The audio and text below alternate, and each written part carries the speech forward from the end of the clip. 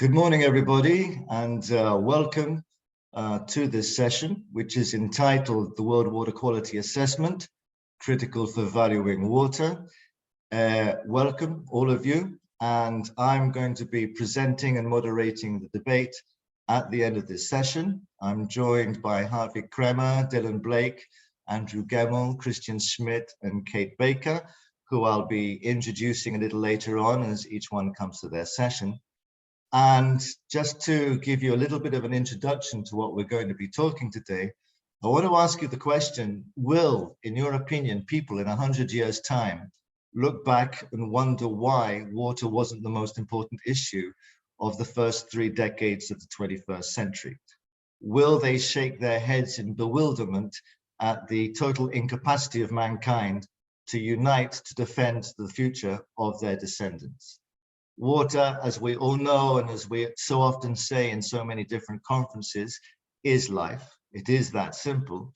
And in order to survive, we need this vital element, just as much as we need air, sunlight, and food. Nothing can live without access to water. Therefore, surely ensuring the quality of water is one of the great challenges of the 21st century, which the world must overcome. In order to do so, I truly believe that both the scientist, the researcher, the politician, the water professional, the citizen, the artist, all of the genders, all of the ethnic groups, and all of the social sectors of all ages, especially the younger generations, must learn to work together. Society must be engaged. Reliable data must be made accessible to all. And that knowledge must be converted into realistic, tangible actions if we are to build and guarantee a future for all. That, in great part, is the purpose of the World Water Quality Alliance. Our first speaker today is Hartwig Kremer. He's the Senior Program Officer and the head of the Global Environment Monitoring Unit of the United Nations Environment Programme. He's the liaison to the Global Observing Systems, Climate Services and Future Earth, and he is truly the father of the World Water Quality Alliance itself. So without any more ado, let me pass the word over to Hartwig Kremer. Hartwig, welcome, and please tell us what the WWQA really is. Thank you very much indeed, Richard. Good morning to everybody. Good afternoon, good evening from where you're connecting. And let me actually start by saying a warm thanks to Richard for this introduction. I mean, we are at the brink of putting a new agenda in the broader context of water at large in the emergence and the planning towards the second ever global conference on water that will happen in March 2023. The first one was 1977, can you imagine? And this will be the review, the midpoint review of the UN Decade for Action on Water, hosted by the Netherlands and Tajikistan. So we'll see what comes out of it, but it is strongly supported by interactive dialogues. So what Richard just pointed out is key, that people and governments, civil society talk to each other on the key issues of water. SDG 6 is the platform for it. It is a dedicated goal for water. And that, I think, has made a major difference because SDG 6, from a technical and scientific point of perspective, allows us to address water in all its elements of the hydrological cycle. And that takes me to the initial question by Richard on the water quality assessment and the alliance. Because if you look historically, during the Millennium Development Goals, for instance, water was largely been looked at from the perspective of how much do we have. Water quantity, in other words. That is still very important, notably also under the pressure of climate change, migration, and geopolitics. On the other hand, how much water we have at our disposal for which purpose largely also depends on the water quality. In this light, and looking back to decades of experiences, good and bad ones, in the global monitoring system for water that UNEP was hosting and conducting since the 1970s, and which was to a large extent and time funded and supported by the government of Canada, The Global Environment Monitoring System moved under the leadership and support of the governments of Germany and Ireland, and it was in 2014 when this new endeavor started. It made a new, or it gave a new momentum to the broad discussion on water quality, and it has so far given us a really comprehensive overview as to from where, how many countries expressing or representing how many people on Earth we can receive information on water quality. And here specifically ambient water quality. So the water that you and I can see in our environment on a daily basis, or we can't see it because it's hidden but supportive to water-related ecosystems, of which there are many, from peatlands to forests to mangroves, etc. That is a new avenue of looking at water, for sure. And it also actually addresses issues of those water resources which we don't see, and we hear about it later. That is groundwater. Groundwater is a massive resource, and there are countries and peoples out there which are basically relying on groundwater, notably in the arid and semi-arid zones. And it was made a key objective during, you believe it or not, the very recent UN Oceans Conference in Lisbon, which started off based on the environment by Portugal, Kenya, and Argentina, a high-level symposium on water, because there is a logical connectivity between freshwater as well as coastal and marine waters. Now, with the experience in the back of how many data do we get, what do we really learn, what do we know about water quality, the United Nations Environment Assembly, which is the united and unique membership, uniform membership of all member states behind UNEP, what was formerly the Governing Council, decided we need to have a global assessment of water quality. And that was based, again, on findings we had made earlier during our work towards a global appraisal of water quality, which was published in 2016 as the so-called snapshot report. The snapshot report was just giving us a background based largely on modeling results for the Southern Hemisphere. And the bottom line of its findings were that, I mean, while a substantive percentage of all surface waters is currently under pressure by pollution, by pathogens, etc., there is still a substantive amount of systems which are in reasonably good shape, and proactive action can be taken. However, there was an unbelievable shortage of available in situ information, meaning monitoring data that were reliable and came from countries. Going a little bit into the very recent past, the most recent data drive in the SDG context, here SDG 632 on ambient water quality, for which we in GEMS Water are custodians, still concludes that basically more than 3 billion people are at risk by not knowing anything on reliable substance about the water quality in their surrounding. That's a data issue. And with this data issue in mind, UN Water published a report in 2016 as well, which said we need a new baseline. We need a serious scenario analysis. We need some idea about mitigation efforts and where to go with this and what it takes in terms of governance. That was the conceptual hour of birth for the World Water Quality Assessment, which UNEA 3 in their resolution was asking UNEP to deliver. To do so, we need partnership. We called in this partnership from around 100 agencies around the world because there was no budget in the room, there was no costed work plan. And we said, you join us because you can bring something to this conversation, and more than 50 came. And it was the hour of birth of the World Water Quality Alliance, of which the World Water Quality Assessment is one integral element fed by numerous working groups.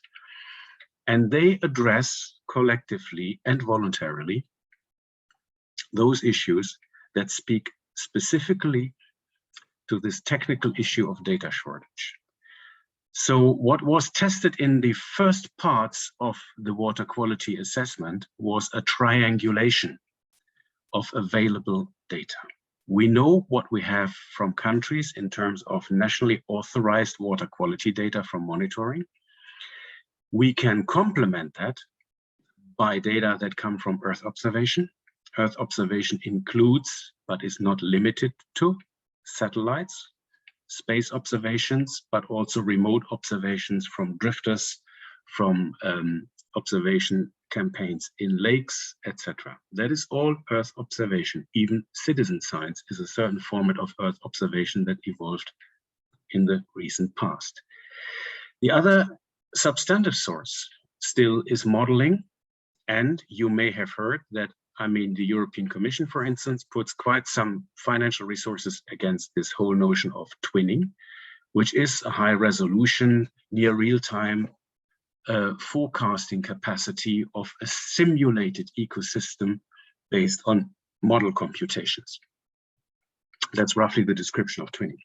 So this is what the assessment today entails. We will, before the conference 2023, deliver an updated baseline that will draw on those existing data sources from remote sensing, from in situ campaigns, from modeling, from the SDG reports we receive.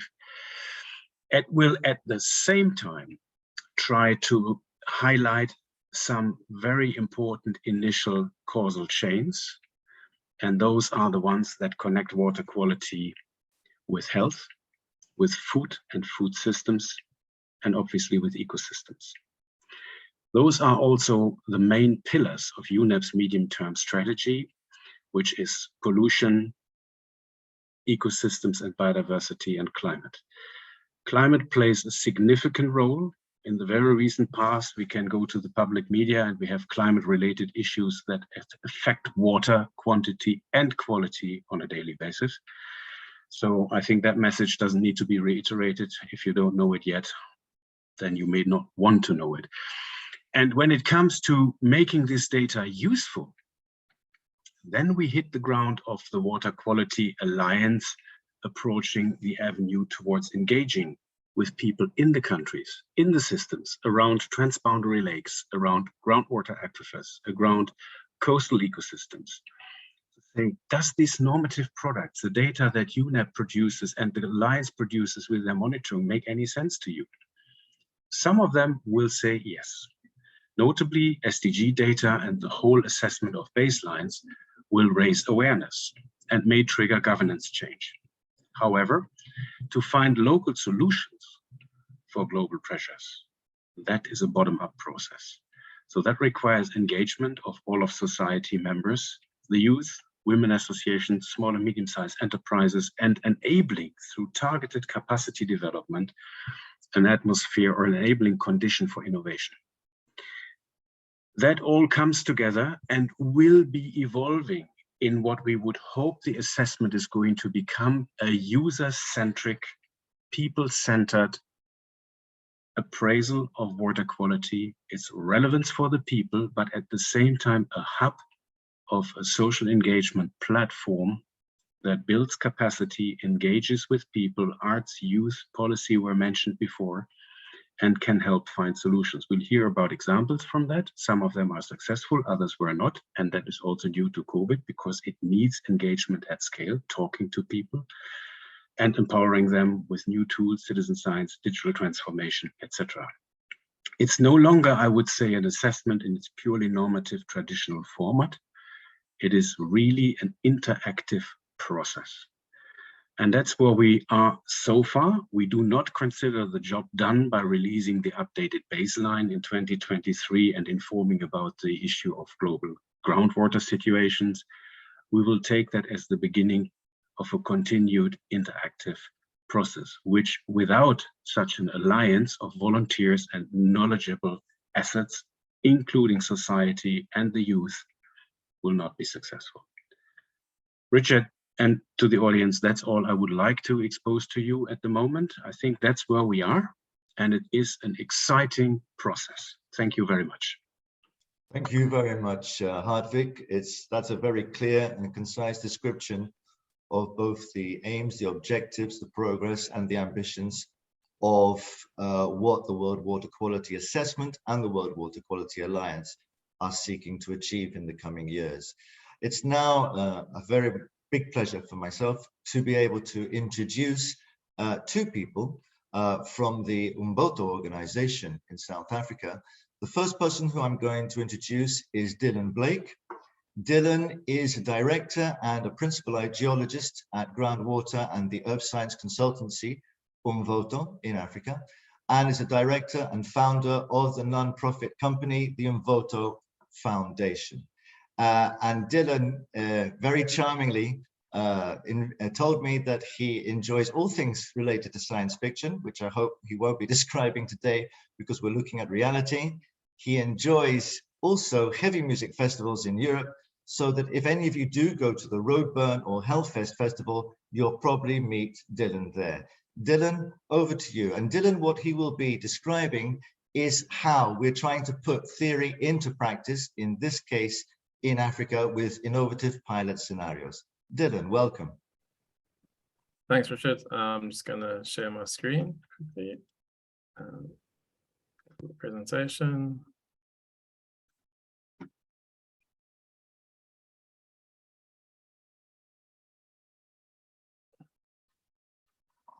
Okay.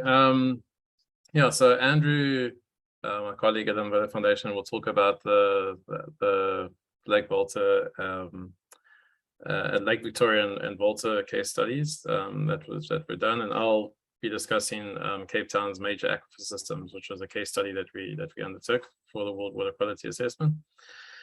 And I'm just presenting on behalf of my colleague, Dr. Cornelius Riemann, also from the Umboto Foundation. He unfortunately couldn't present. Sorry. So this first slide just shows the three major aquifers that we're dealing with in Cape Town. Let me just bring my pointer up for you. So I'm sure most people know where Cape Town is. We're sitting in the southwestern corner of Africa and South Africa. And the city of Cape Town is targeting three major aquifer systems for bulk water supply, in addition, or to diversify its bulk water supply. At the moment, it gets most of its water supply of between 800 to 1,000 megaliters or milliliters per day from what's called the Western Cape Water Supply System, which is a series of dams in the mountainous areas to the east of the city, which is around here. So these three aquifers, the first one is the Cape Flats aquifer. That's a Cenozoic primary sand aquifer that sits just to the east of the main city bowl and Table Mountain. It's highly urbanized, so the water quality issues are related to urban contamination, and there's no well fields as of yet, but the city is currently developing them. Just to the north, the northern boundary of the city is what's known as the Atlantis aquifer. That's got two existing well fields, also a Cenozoic primary sand aquifer. It's been in operation for the last 40 years, since the late 70s, early 80s. And it also includes a managed aquifer recharge system incorporating treated industrial and untreated residential stormwater, which recharges the primary aquifer.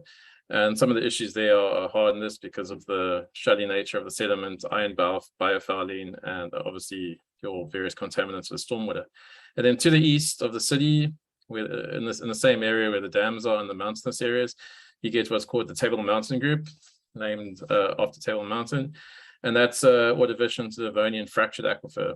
It's got two very thick fractured sandstone aquifers, the Peninsula Nardo aquifers. The water quality is pristine, with the exception of that it's very acidic and has elevated iron and manganese. And just for this presentation, I'll just be focusing on the Cape Flats aquifer.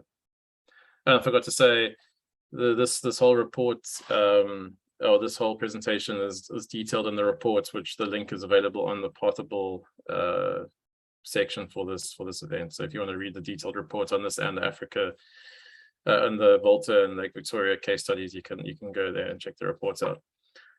So focusing on this for the Cape Town's aquifers, there's a whole range of stakeholders across all three aquifers. I'm not going to talk about the private. There's also private use in another aquifer, which is the older basement aquifer, which underlies the three major aquifers the city's targeting for bulk water, and that's like private domestic boreholes are installed into there. The Table Mountain Water Source Partnership, which was on earlier today, they do a lot of work with private users, but we're mainly focusing on the major aquifers that are being targeted for bulk water supply. So yeah, there's obviously your formal stakeholders, such as the City of Cape Town. These three aquifers are being developed for the new water program of the City of Cape Town to make it a water sensitive city by 2040.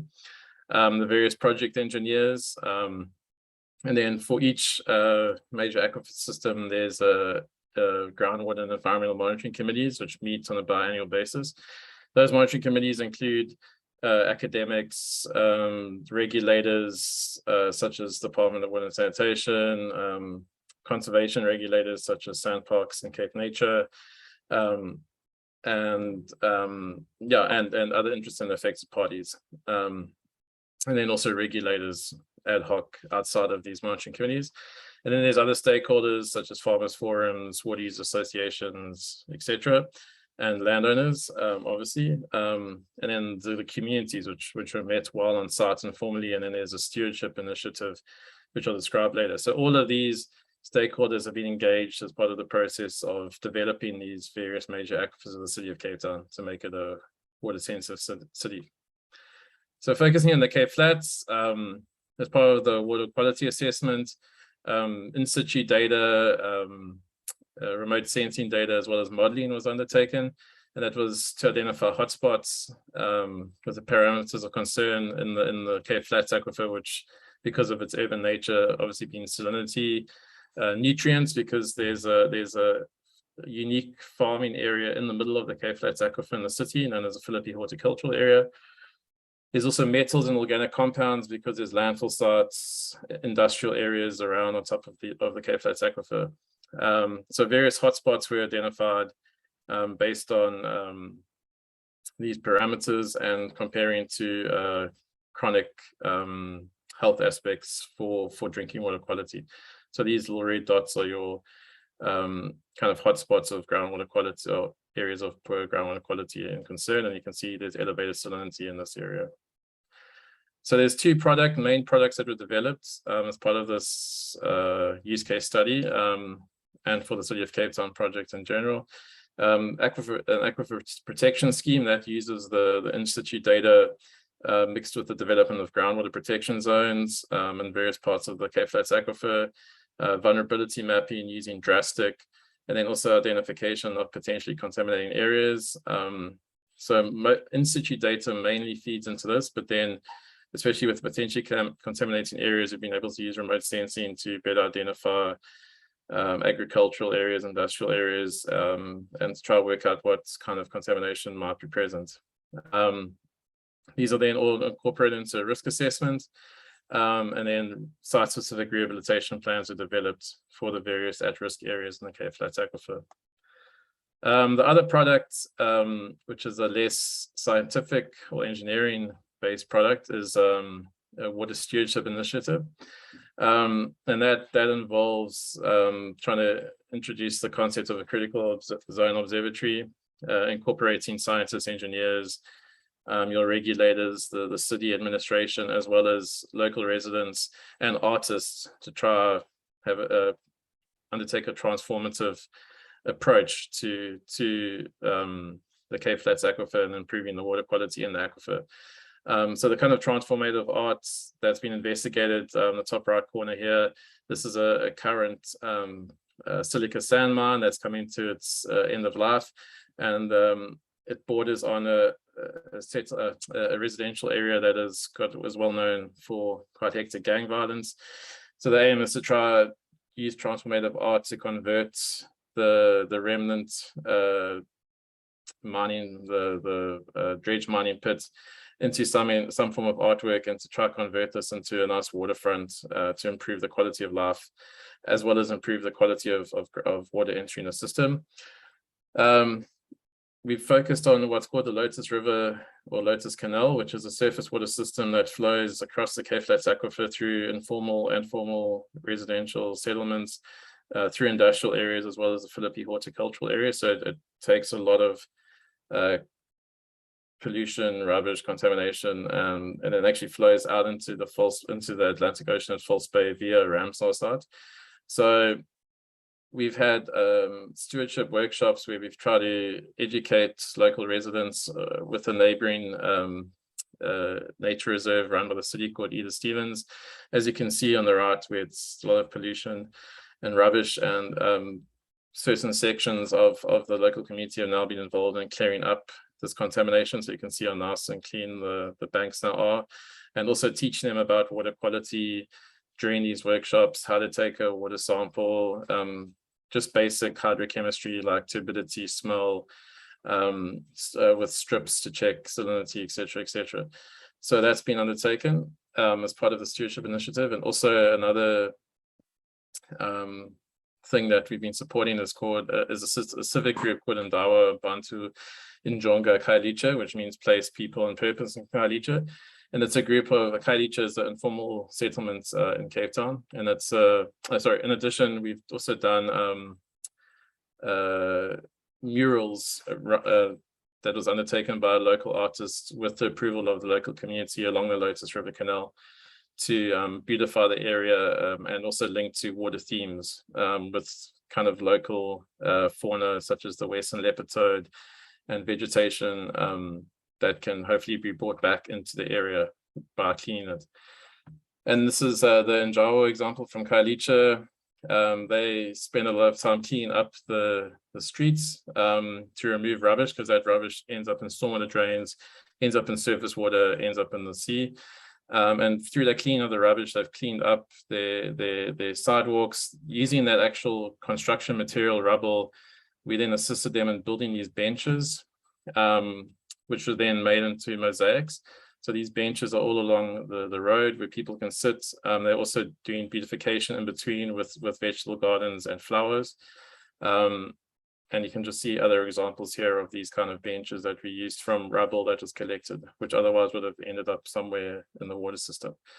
So just the success factors of this use case study, integration of various experts from scientists, engineers, administrative people, and extensive team interactions and stakeholder engagements helped it be successful and continuously being successful. And then obviously the social engagement platform is formal and informal platforms where we speak to a wide range of stakeholders and the communities involved. And then very important, especially from a case of Africa, which Andrew will probably speak about, which is the opposite there, is that there has a lot of data available from both historical data sets as well as the current work being undertaken by the City of Cape Town to develop the Cape Flats and other aquifers, with extensive monitoring programs and other remote sensing technologies that allowed us to get the data needed to understand what's going on within the Cape Flats aquifer and the TMG and Atlantis aquifers. So thank you. Thank you very much, Dylan. And following on from what Dylan has been saying, it's now my pleasure to introduce Andrew Gemmell. Andrew is a soil and water quality consultant. He's got more than 15 years experience in driving real-world human impact at a local to regional scale, which is so central to the aims and objectives of the World Water Quality Assessment and Alliance. Andrew worked as an affiliate consultant for the United Nations Environment Programme between 2019 and 2020. He's based in Cape Town in South Africa, and he's working as an environmental consultant and continues to be a scientific collaborator with the Invoto Foundation. And just before Andrew speaks, let me remind everybody who's here that there's a chat. We're really open to receiving your questions. There's going to be a debate at the end of this session. And so please feel free to make your comments. We're interested to hear what you guys have got to say, and also to have the opportunity to pose some of your questions to the speakers. So Andrew, over to you.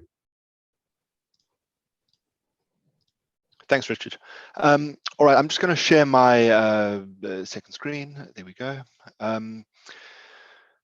So in terms of what I'm going to be presenting, I'm really going to be presenting on the work done on the Umberto Foundation on behalf of UNEP and the World Water Quality Alliance. Dylan mentioned the Cape Town use case. I want to give a bit of an overview of the 3 use case areas, as well as the lessons learned from the Lake Victoria and Volta River Basin especially. That was because the Cape Town use case had already set up a stakeholder network and a very mature engagement process, whereas it was really getting the ball rolling at the other areas. So I will give a brief overview of that, as well as a brief overview of the Africa use cases and the triangle method that Hartwig mentioned. So on the screen, you'll be able to see the Africa use cases and the broad aims and objectives. It was really the aim of integrating 3 types of data to derive the best possible current state of water quality. This data being each side of that triangle that Hartwig mentioned, the triangle being in situ measurements, remote sensing based earth observation, and water quality modeling. These 3 data types were combined with a multi-stakeholder driven process defining the demand for water quality with products and services. The use cases were a pilot really to understand and demonstrate the value added approach, the ability to bridge from data to solutions, which can be summarized by the objective of using experience in global challenges to support local solutions. And that's really providing an evidence base that links water quality hotspots to solutions and investment priorities. So the 3 use cases were, as introduced by Dylan, was the Cape Town aquifer systems in South Africa. And then the ones I'm going to be focusing on here is the Lake Victoria transboundary basin, as well as the transboundary Volta River basin.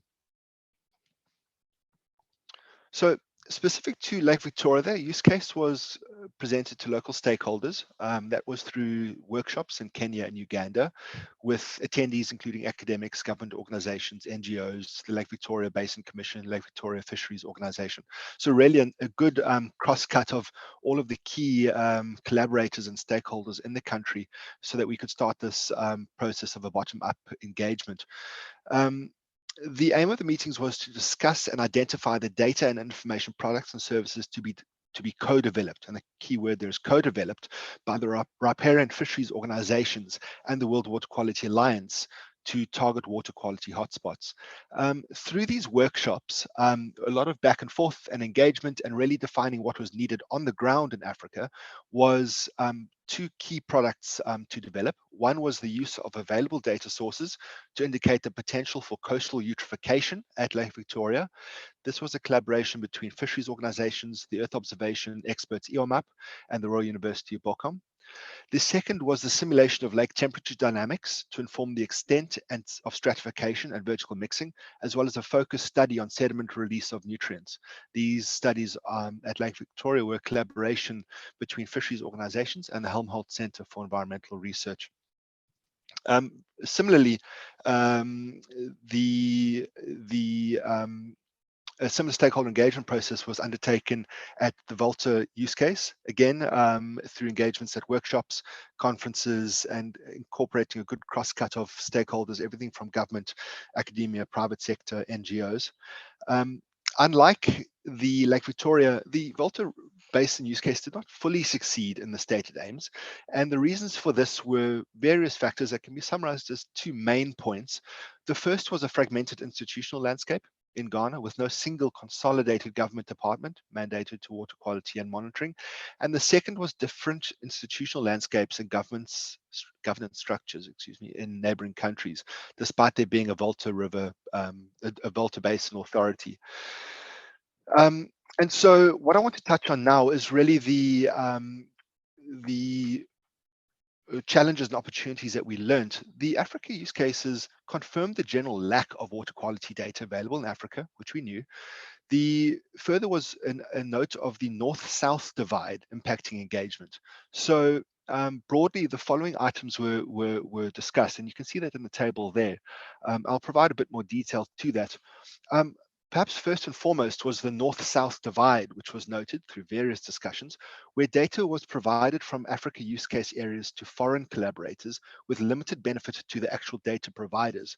Thus, there was identified as a need for ongoing development of partnerships and trusted collaboration. Simply, there needs to be in-country benefits as a result of data shared by those to those in the global north. The second point was in-country funding by local government was noted to be a challenge, with a need for international investment. However, international funding should be long-term, with the outcomes that meet the requirements on the ground, rather than meeting the funders' requirements alone. Second, there was a general lack of shared databases to store data in Africa, especially in the transboundary situations. As a result, there's a need for a common data management system that better allows for inter and intra-country collaboration. This includes standards for the recording, classifying, storing, managing data, as well as metadata.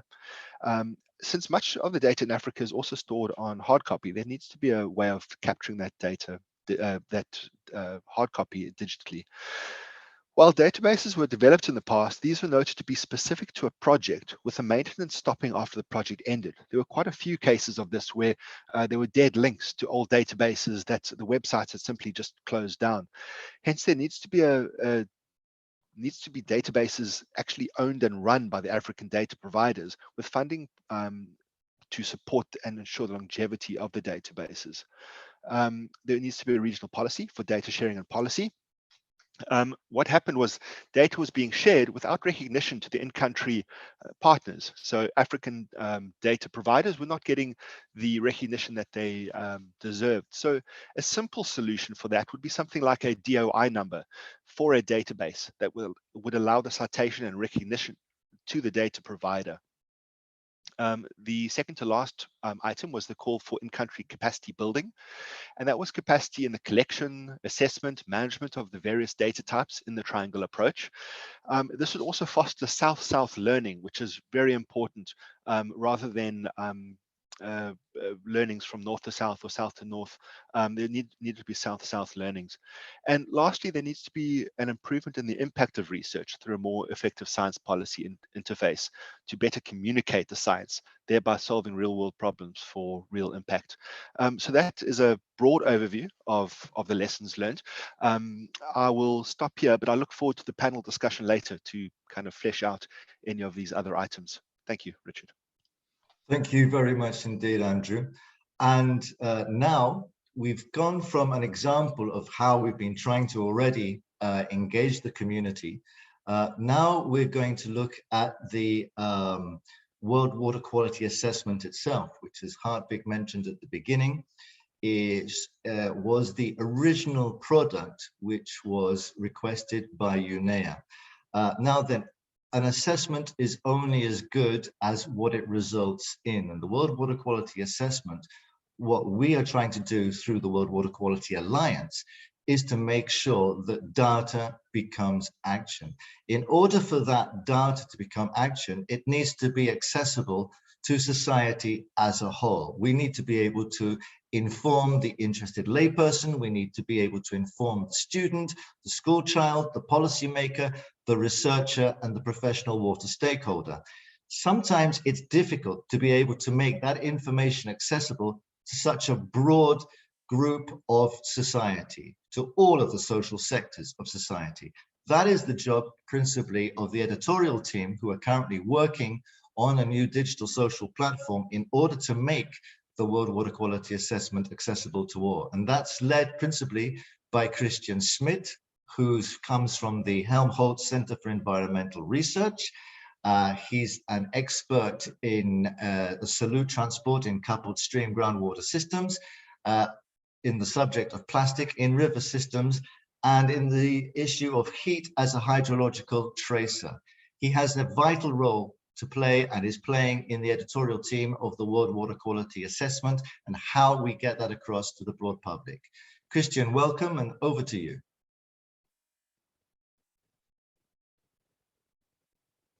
Yeah, thank you, Richard, for the introduction, and I hope you can see my shared screen. Yeah, Richard, honestly, I'm not leading any editorial team. I'm just a member of the World Water Quality Alliance, and there are many scientific contributors that are trying to get the water, that are trying to get the scientific basis of the water quality assessment, trying to get the topic across. And of course, that's always difficult for us as scientists because the scientific results, as you said, must become relevant information for a broad and diverse audience. And although in my daily life and also in the daily life of my colleagues from the scientific community, we are trying to get better in science communication, and but it's still a challenging task for us. And particularly when we leave like the traditional ways of science dissemination. And recently, UNEP, the colleagues from UNEP said for the World Water Quality Assessment, the message was pretty clear. We don't want a report. And that certainly, so that certainly goes beyond our comfort zone. And but of course, reports, that's pretty clear. They reach a limited audience for good reasons, and there's need for improvement for good reasons. And one thing is that reports, they tend to age rapidly, right? So once it is out, it can't be updated, and it takes a while until the next report will come out with updated results. So we need something that is more evolves, that is more interactive. And so from the science side, we totally agree with the need for not having a report, but it's also challenging to create something that really meets all the needs. And so what we are trying to do is under the umbrella of what we have called progressive disclosure, means that a user can dive deeper into the different results and products of the World Water Quality Assessment. And first of all, so we are aiming at a broad audience, like policy and decision makers, but as Richard said, the layperson, so that should include students, teachers, the general public, the media, so really to promote and advocate the role of water quality. And what we came up with in long discussions and iterations, and still that's a plan, so it's not implemented yet, and see how it works. So what we like to do is like having 3 levels of disclosure. So level 1, this will be a landing page of the World Water Quality Alliance that features general information on the alliance itself and on the assessment. And it will also feature and highlight certain results and products that are coming up over the process. Level 2 will focus on, I call it compelling key messages for multiple audiences, from policy to public. And it will also be, these key messages, they will be supported by infographics and e-posters. And also from this level 2, the user is also guided to further detailed information, which also touches on the scientific foundations of the water that underlies the water quality information products that we provide.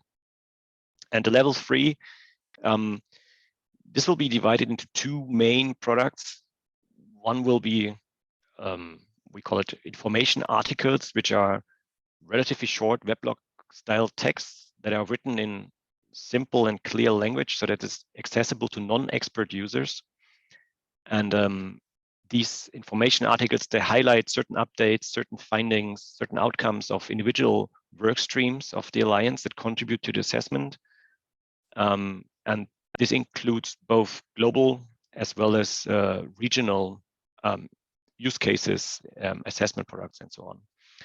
And then there will be also more in-depth articles, a bit longer, and they are compiled as part of the assessment process, but they will be synthesizing and provide more in-depth insight into the key results, and they are more addressed to a more scientific and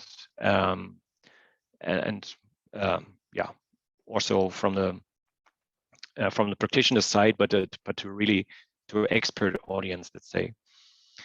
And these And these insight articles, they will touch on the different lines of the assessment, which will go along issues of water quality and health, water quality and food security, and water quality and ecosystems. And they will also elaborate on the linkages between water quality and climate change impacts. And last but not least, there will also be a citable traditional report that will have an ISBN number. So there will also be a traditional product. Additionally, and this is really like what my core work is at the moment. We will use information platforms as a universal tool to get all these products more interactive. So the outputs of these digital platforms, here I'm showing BOD, so biological oxygen demand from a global model for rivers. And these can be integrated in story maps on digital platforms. These maps can be embedded into weblog-like articles as an interactive part. And there's also standalone applications where you can dive deeper into the information. And the example I'm showing, that's the results from a global water quality model provided by the University of Bochum, and it contains monthly BOD concentrations. And the cool thing about these model-based results is that they provide as you can see, a global and a seamless, consistent picture of water quality, despite they might having their issues and their uncertainties, but at least they are consistent. And of course, you can zoom in, and it's not only a map, but also behind every dot or every grid cell, there's almost 30-year time series.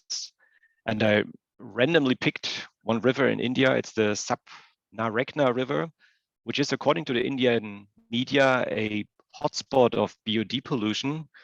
And as you can see, when you click on one of these grid points here, there's an increasing trend. I mean, it's still already super high, and there's still an increasing trend of BOD. So this would be one of the water quality hotspots that should be highlighted or could be highlighted through the World Water Quality Alliance.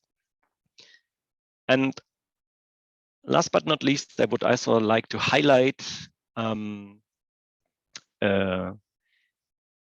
something that we did for the Lake Victoria use case, jointly with the colleagues from Umboto.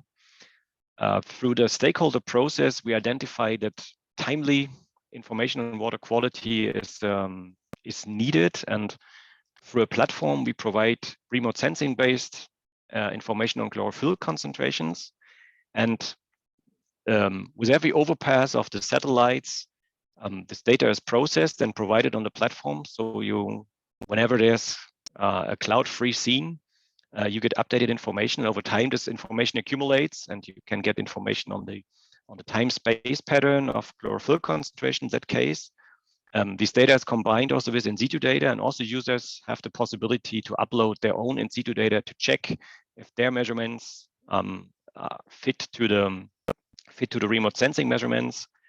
So it lowers the barriers of sharing data, and you can also upload your data temporarily. So you don't have to share anything. You can just use the platform compared to your data, and we hope that this will ensure the uptake of this information products, or might not ensure it, but may lower the barriers also to take up these information products in the decision process. That's it from my side, I think. I'm also available for the discussion later on. Thank you very much, Christian. And as Christian has just mentioned, we are getting some interesting comments and questions coming through on the chat, and we will be answering those questions and during the debate for the last 25 minutes of this session. However, there was one question that has already been brought up by, and I do hope I'm pronouncing your name correctly, Bicoro Gisemba. with regards to our citizen engagement approach and how this is different to many other types of approaches that have been tried before. Hopefully, to answer that question a little bit, and then we'll go into more detail perhaps as well in the debate, Kate Baker from the University of Exeter is now going to describe a new form of citizen engagement within the global challenge of water. And she's going to be describing the specific experiences of the social engagement platform, which is one of the work streams of the World Water Quality Alliance, and that as well of the youth work stream. Kate herself is a senior research fellow in the Center for Water Systems of the University of Exeter. She is passionate about community engagement, and she enjoys facilitating knowledge exchange and relationship brokering. She's become an expert in that. She's a core team member of our social engagement platform. She herself is responsible for a number of really exciting new methods to bring knowledge to the general public, such as, for example, Agile Rabbit, which is an organization that actually helps academics to engage their work with the public through events and podcasts in very, very unusual and original formats. And I've myself been a member of audience in a number of those events, and I can thoroughly recommend them. Kate, welcome, and over to you. Great, thanks for that introduction as well. So I'm going to be talking today about a new foundation of the citizen engagement in the global challenge of water. So just to highlight, what is the social engagement platform? So this is part of the UN World Water Quality Alliance, and we promote the transparent multi-sector stakeholder processes for water management. I've got some of the headlines here. We've got 34 core team members from around the world, and we've been engaging some of our research at various international conferences. But to sort of answer some of these questions is, how are we doing this engagement? So we're using local water forums. So local water forums, who are part of them, we've got the local community, we've got the public and private sector, and we've also got the cultural and sector and the research sector. So all these people come together as equal partners, and this makes up the Contempor Helix. And one of the main things about the water forums is it's moving away from this sort of raising awareness. We've had a lot of raising awareness, you know, the comms, that kind of one way form, and creating more of sort of agency. So working with local communities and as a kind of a collective to find solutions. And I just wanted to flash this quote from a paper that I was reading last week, that states that the split between natural and social science funding for climate change research has been roughly 95 to 5%. So you might think, you know, we'll say what, you know, but the thing is, these numbers explain that imbalance between the science and the discovery mode. So we've got all this information, we've got all this data, but there's some kind of strange disconnect that we're seeing around the world where it's not translating into action on the ground. And this is where we're using the water forums to make sure we all work together to kind of create this agency and create change. So I'm just going to give you a couple of examples of some water forums. This one is the Great Torrington Water Forum. And this is one that I was involved in myself.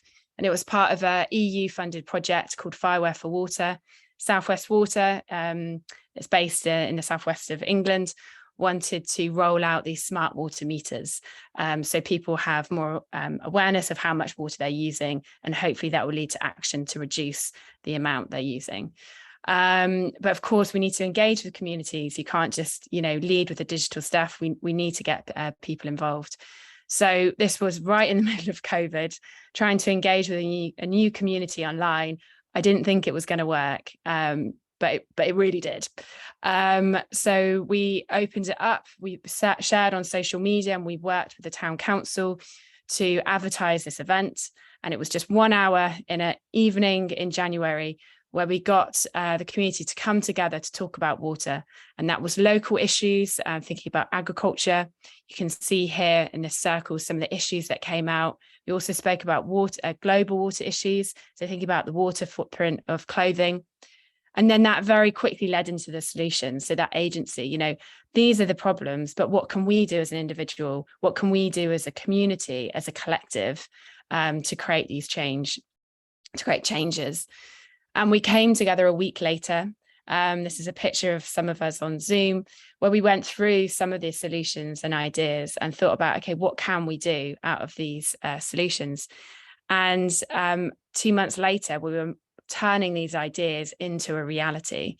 So the picture on the far left here is we had a walk around the town looking at how water can be saved through rainwater harvesting, for example. And this is a toilet block that we're thinking about applying for funding. We engaged with children and young people through a competition, and we worked with journalists as well, and a local newspaper by having a 4-page spread, sort of highlighting what people can do in their homes and gardens to reduce water. And then this is the beauty of the Water Forum, is that we're connecting water forums from around the world. So everyone is not in isolation, but we're building a resilient kind of global community. And just to flag this, you know, the digitization of the water sector is super exciting. I work with engineers at the University of Exeter, but people have to use them and people have to be right at the center. The, you know, engagement has to be community led. We've got to move away from this bottom down sort of model. The second example I really wanted to highlight was the Flow Partnership, which is a fantastic organization that does community-driven decentralization water management. And I spoke with Minnie Jane, who's one of the directors, earlier this week, because I was keen to include her work. And so in this picture here, they've been doing some work in Rajasthan, which is quite a harsh, rocky terrain. They've had decreasing rainfall over recent years. And there's been a lack of maintenance of the traditional water holding structures, which has led to dry land and all the multiple consequences of that. And so again, the project starts with getting the community together and having a conversation. And they decided that it was important to create their Johad, the pond, and to make it bigger. And to try and pull the different water sources into one place. So they diverted various water channels. And I think what's amazing about the Water Forum is that it's the power to the community. So the ideas and action comes from them. And the support is then in the equipment and the resources to make those ideas a reality. So it means that a lot of that money stays with people on the ground rather than it getting lost in various agencies. So the landscape goes from this to this, which allows this. And we had Christian talking in the talk before, saying we don't want any more reports. And I think when you've got images like this, you don't need reports. This is enough evidence to show that it works. There's a brilliant video that Minnie has put together, and I didn't have time to share today, but this QR code, if you take a picture of it, you'll be able to watch it. But I'll also put a link in the chat. One final thing, because I know we're short on time, but just thinking about innovative methods of engaging with communities, community radio. Now, community radio is not new. It's been around for a very long time, but it's a method that I've recently been using in a project called the Blue Heart, which is in Eastbourne, and they're suffering from quite bad flooding. And so DEFRA has put a lot of money towards 25 flood projects across the UK. And so I started this project using community radio. So you go around and have conversations with people.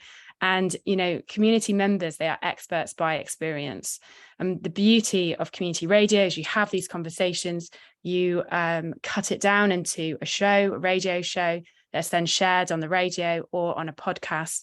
And when that's broadcast to other people, it supports each other to hear and to listen. And that enables communities, local government, you know, scientists. As scientists, we're also community members to make sense of issues in their own their own space and where they have agency. And it's been incredibly powerful in breaking down some fears about the project, but also ensuring that it can be community-led as well. So just quickly, the next steps. We've got a conference in Constance at the end of November, and we're wanting to promote youth to have a really key role in this, to be real initiators. Often youth projects, they're kind of on the side, but we're wanting young people to be really involved and central. And this, of course, builds on other successful examples that are already happening in Costa Rica and Uganda. But alas, I didn't have time to talk about those. But thank you very much, and I look forward to the discussion. Thank you very much, Kate. And I think it's important to underline the fact that these local water forums, what we're trying to do, we're ambitious, is that we're seeking to create literally hundreds, if not thousands, of local water forums around the world. We're already in Asia, as you've seen through the Flow Partnership. We're working in India, we're in Africa, we're in Europe, we're in North, Central, and South America. We want to be around the world, and we want those local water forums in turn to become catalysts for further water forums, both in their regions and in the countries. We're trying to create, and we will create, a genuine world alliance working with local communities in order to implement supranational ambitions. I'd like to ask now all of the speakers to put their cameras on as we go into the debate session, the wrap-up session of this event. And what we're going to be looking at now a little bit is the importance of both the World Water Quality Assessment and the World Water Quality Alliance, and how our speakers see the future role in global water policy. Now then, at the same time as well, we have been receiving some very interesting questions from people that I'd like to have some time to be able to pose to the speakers. But my first question to all of the speakers, and I think we might as well start off with Hartwig, is what will be the future role of the World Water Quality Alliance and the World Water Quality Assessment in global water policy? How do you see that role developing in the next 2 years? Hartwig. Yeah, all right. Thank you for that unanswerable question. But no, let me put it that way. Coming in from a background of a traditional kind of science person, but having been in for 3 years also in real on-the-ground development aid, as well as in the ministry and in an NGO, I can say what we have seen here today is probably the best answer ever. If we have a dynamic way of doing assessments differently from what was in the past, just putting out one normative product about 600 or 1,000 pages, and that helps you definitely lifting your computer screen, which is fantastic. But it certainly, the question is on whether it actually has an impact. Some of those have, like the IPCC and probably IPBES, because they penetrate public debate and public discourse. Many others don't, at least not for longer than 24 hours. And I would say providing even global assessments and broken down to causal chain contexts, as well as regional and local dimensions in a dynamic way, is generally critical to inform about the state of play of a certain critical resource in the global sustainable development conversation. However, when it comes to solutions, the alliance is the mechanism that enables this assessment to be taken up into both a top-down informational service and a bottom-up co-creation service at the ground to find solutions. Both needs to come together. The question would also be, is the alliance the hub and the mechanism for solutions? I would hope yes. The Stockholm +50 meeting recently, celebrating basically the 50th anniversary of the discussion around environment at large and the birth of UNEP, was bringing up this idea of an environmentally data-based solutions hub. So you need data and information on the one hand to know what's your point of embarkation, but you need the local knowledge and the dialogue, as Kate and Andrew and Umvodo presented. you need the bottom-up process to address the issues where they matter. So bring data to the people where they need it, complement it with data that people can bring, because otherwise it wouldn't be relevant, and then establish the frame for co-creation of solutions. That's where I see the future core mandate of the Alliance, and drawing heavily on a dynamic assessment. Can I throw that question open to the others and ask Andrew, Christian, Kate, and Dylan? For example, let's start off with Kate. Kate, from a personal perspective, from your interest in social engagement and everything, where do you want to see both the assessment and the Alliance arrive in 2 or 3 years' time? And I say 2 or 3 years' time because we're always giving ourselves dates in the long-term future. And as a result, I mean, I've been involved as the mayor of a city and as a political scientist. I've been involved in environmental policy for the last 17 years. And what I see is that a lot of what was being discussed 17 years ago is still being discussed. There are thousands of conferences every year. We all say the same things, but very often we don't see the action. We don't see the results. We don't have tangible evidence that what we are saying is actually serving for something. How would you like to see us, therefore, in the next 2 years? Because I want to see results. I'm 61 years old. I want to be alive to see the results of our endeavors. Kate, how do you see that? Yes, totally. I feel at that slide I shared during my presentation, that split between natural and social science funding, that 95 to 5%. I think it's no surprise that we've got all this data and all this information, but there's some kind of block that is going on. And I feel now there is also a situation of where organizations are almost nervous to engage and to listen.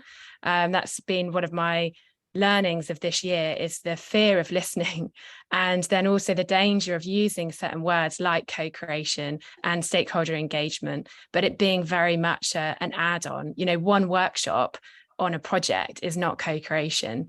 And we need to flip the model. We need to be going out to communities and having those conversations, having those initial conversations like we did with the Water Forum in Great Torrington, and the example of the Flow partnership with Minnie's work.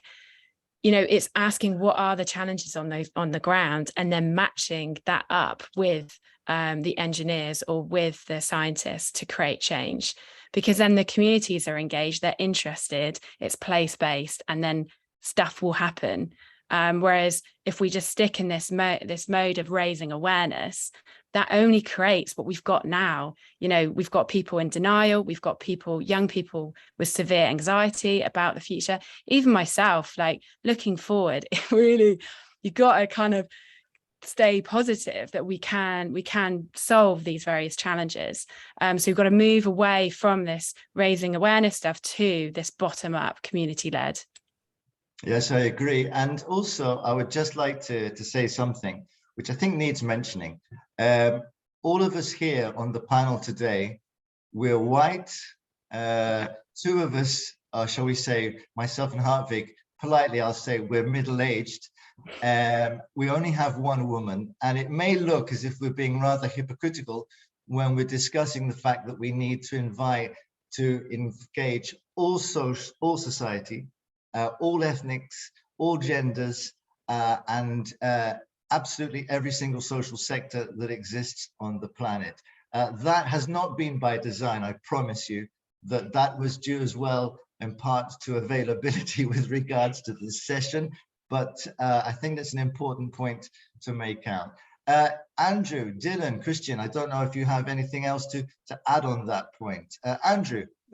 Yeah, thanks, Richard. No, I think, I mean, if you look at where I would like to see it in 2 years, and I think it also talks to Kate's comment around wanting to see a bottom-up approach, but seeing some real-world difference that can be in place. And you know, with regard to the Africa use cases, I still take place in the monthly engagements with the Lake Victoria use cases, and there really is the question of, well, what now?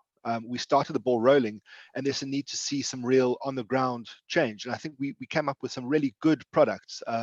These coastal eutrophication, sedimentation at the lake, those were identified by those on the ground. They were excited, they were engaged. We're excited, we're engaged, but that process needs to now be to process of completion to identify that, to have something that those products and services can be taken forward in that short term. Because as I mentioned, the north-south divide means that we started the process, it stopped, that process needs to continue to completion at the risk of, again, putting in this north-south divide. So there needs to be that movement. And it's really exciting that there's this in-country engagement, but we need to continue that with progress to show completion.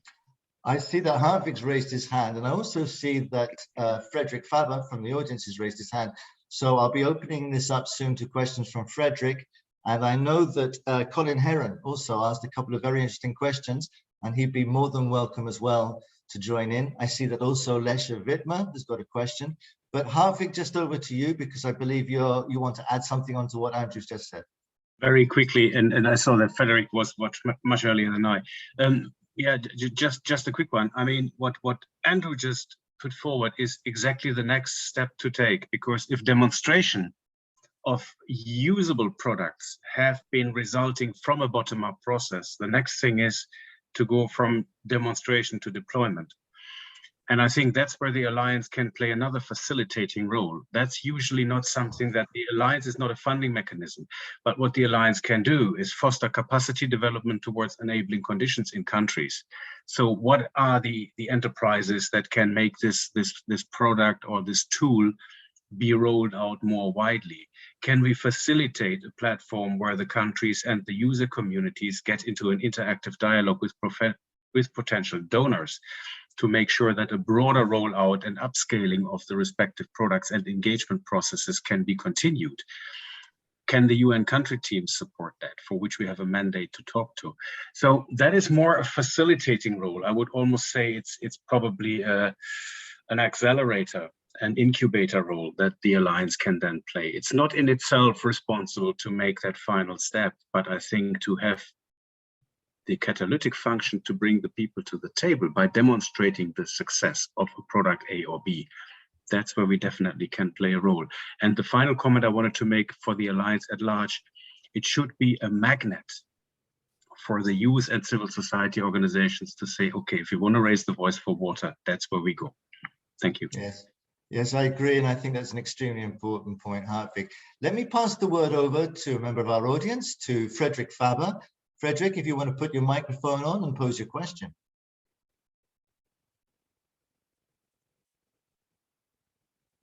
I'm not sure if Frederick can. If you're not able to put on your microphone, if you write your question on the chat, then we will also look at it from there. In the meantime, let me try with Lesha and see if Lesha, she can put her microphone on and pose her question. It appears not. So what I will do is that ask you to put your question on the chat, which I'm able to see, and therefore I will be able to pose the questions for you. We had a couple of questions from Colin Heron, which I'd like to pose to the speakers. He says it's a controversial question in his own words. He says, given limited the resources, might it be more important to invest in ensuring the success factors around data management than actually investing in the data itself? Dylan, what's your opinion on that? Sure. I think you mean we've seen from the work we've been doing with the city and other projects, or City of Cape Town, is that you need that data to see what's going on. So I think you need to put the investment in to be able to get the data. Obviously, data management plays an important role, but investing in data management when you don't have any data seems a bit of a waste. I mean, I'm not 100% sure with this what this question was angled at. But I think, like, from what we've seen from the work we've done and are currently doing, it's essential to be able to, especially with something like groundwater. With surface water, it's a bit different. It's a bit essentially easier to use remote sensing where you can't get into the field to get the data. But stuff like groundwater, you have to invest in in the monitoring infrastructure and the data collection process to be able to see what's going on. So I'm not 100% sure about investing more in data management versus data collection from a groundwater perspective anyway. There's a second question from Colin, which I'd like to pose to Kate, which is, to what extent have you attempted to engage the private sector to share their relevant water data with public bodies? Perhaps I can pass this to Kate and then also to Christian. So I'll just repeat the question again. To what extent have you attempted to engage the private sector in order to share their relevant water data with public bodies? Yeah, totally. Well, this is the beauty of the Water Forum, because it's pulling together the public, private sectors all together.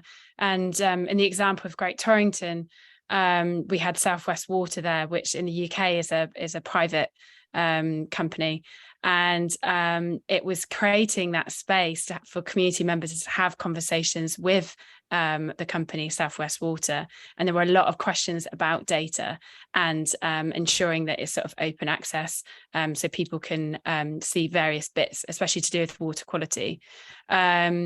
And I think this is, sharing of data whenever you go into these projects is one of the first questions, and it's often a lot of time is spent in trying to make sure agreements and things are in place, so that data can be shared.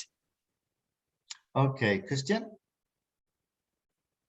Yeah, my perspective is more a global one. So we haven't engaged with the private sectors really, but with respect to the first question, or the first point, if there's a need to invest in data management, I'm certainly on the side of Colin, because there's, on the global scale, there's so much data around, and you're surprised to find data, I don't know, in monitoring networks in India, but it's not connected, or it has a special purpose, and it's even open data, but it's very hard to access. So there's a big gap between the data availability generally, that you can download it somewhere, but really having the data available in a format with the metadata you need to really make use of them. So that's a big gap between a general data availability and data sharing, and really having this data incorporated into data analytics, into databases. So this is really a big gap, and I have no good solution for it. But we see, and it's really a pity, we see that there's so much data outside and we cannot really use it, because it would be an infinite effort to harmonize all the data. And yeah, so any solution, or we are working towards it, but it's difficult. There's a question that's come in from, and again, I apologize if I'm pronouncing your name incorrectly, Veko Eva, and it's a question about water pollution, which, for example, in the UK at the moment is tragically very much on the map due to the sewage which is going into the Channel and the North Sea at the moment. And Veko asks whether having accurate and timely monitoring data can counteract such threats, and to what extent it can counteract such threats. Perhaps I'll pass this question first to Hartwig.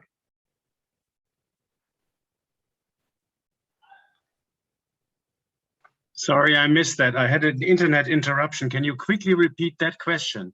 Sure. Just with regards to water pollution, yeah, how by having accurate and timely monitoring data can we counteract such threats? Which, of course, is another example of the need for the assessment to be very, very timely, and at the same time constantly accessible to the general public and to all sectors. But how can that help to counteract the threat, for example, of pollution? Well, that's a systemic question, because I mean, monitoring water quality, first of all, gives you a state of play reflection of what you currently see in your water body. However, the drivers and the pressures behind that are long-standing, at least if we talk about traditional pollutants and traditional pressures such as BOD, which is a composite indicator. as well as nutrient pollution. So it depends on what you're looking for. If you're looking into monitoring, let's say, emerging pollutants or toxics, then it's certainly something that can also kind of inform immediate action. Well, we just saw that issue in the Odra case in Europe, where we have a die-off of the fish population, and basically, irrespective of monitoring it, the labs in Poland and Germany are still struggling to find out what's really going on. So yes, you can take immediate action, but monitoring as such, I would say, keeps you an oversight of the situation that has evolved over times. The identification of hotspots is a different animal, because that brings the observations into the context of location and is easily more connectable to what the location brings in terms of sources and source categories. And there you can take action even by applying a longer term perspective. The other thing is more effect monitoring. You can put little fish, I mean, iconic fish species into an aquarium and see when they are dying, then something is wrong. And you better try doing that. And it's not kidding, because that is a methodology that was even used in the Rhine Commission. So that's biological effect monitoring. Yeah, Lesha raises her hands. I know you feel sorry about the fish, but it works, you know. It's I'm talking about Lesha, I'm so sorry and that just very quickly, I have put some responses on the private sector stuff in the chat. Okay, I've seen that, and we've got a lot of questions on the chat, and I'm sorry that we've run out of time, that we can't answer those questions. However, I promise you that we from the WWQA will be getting back to all those people who have written to us on the chat. Lesha, I want to apologize to you as well that we can't hear you and that I haven't been able to see you. No, you can hear me now. I can hear you now. Unfortunately, we've run out of time. I am very, very sorry. You blocked my microphone and you blocked my chat. I promise you I didn't. Well, somebody did. Somebody did, because I couldn't answer your question and I couldn't put anything in the chat. It's blocked. I was looking at the chat to see you find your question. Yeah, but it's disabled, so I couldn't do anything. I have three very quick. We can go points. 5 minutes over, no worries. Absolutely. Lesha, very quickly, over to you. Yes, first one, Kate, Hartwig, and anybody else. If we don't find mechanisms to get money to the ground to enable the local groups, we will not go anywhere. So the first thing is, maybe you can't put in your own money, Hartwig, but we can and we must persuade donors, sponsors, local governments, national governments to actually get the resources to the ground. If we don't have a plan for that, forget about it, because then all the good intentions, and somebody was talking about some very good ideas that didn't emerge. The reason it doesn't emerge is they don't have resources. And the resources don't have to be very big, but they have to be enough to get them going. So we need strategies, plans, access to make sure that the money reaches them. The second one is what you said, Christian. I couldn't care less whether our data from my local community are combined and in line with somebody else's data. I really don't. That's an academic issue. What I am really concerned about is that we believe the local data, that we believe what people see, experience, collect themselves, and allow them to trust them and say, okay, if this is what you have seen, if this is what you collected, we will go and act on that, and not wait whether the National Statistical Office or the European Commission agree with us. No, this is what we see, this is what we feel, this is what we want to act on. And I think that's another plea. Please, let's believe the local people. So that was my second and the last one. Dear people, if we don't change our language, then those people we are now talking about, because they are not online here, right? Most of them are not online here. If we only go for another web page, another platform, and it doesn't reach the people in the community and the town, then how the hell are they going to be able to act and use the knowledge and the wisdom we might have, but it's not reaching them? So we have to find other communication channels to actually get this knowledge to the people that actually need it. And I'll stop here, Richard. Sorry. No, don't apologize. As always, Lesha, who's a very, very close colleague of ours, both on the social engagement platform of the World Water Quality Alliance. She's also a member of the Strategic Advisory Committee.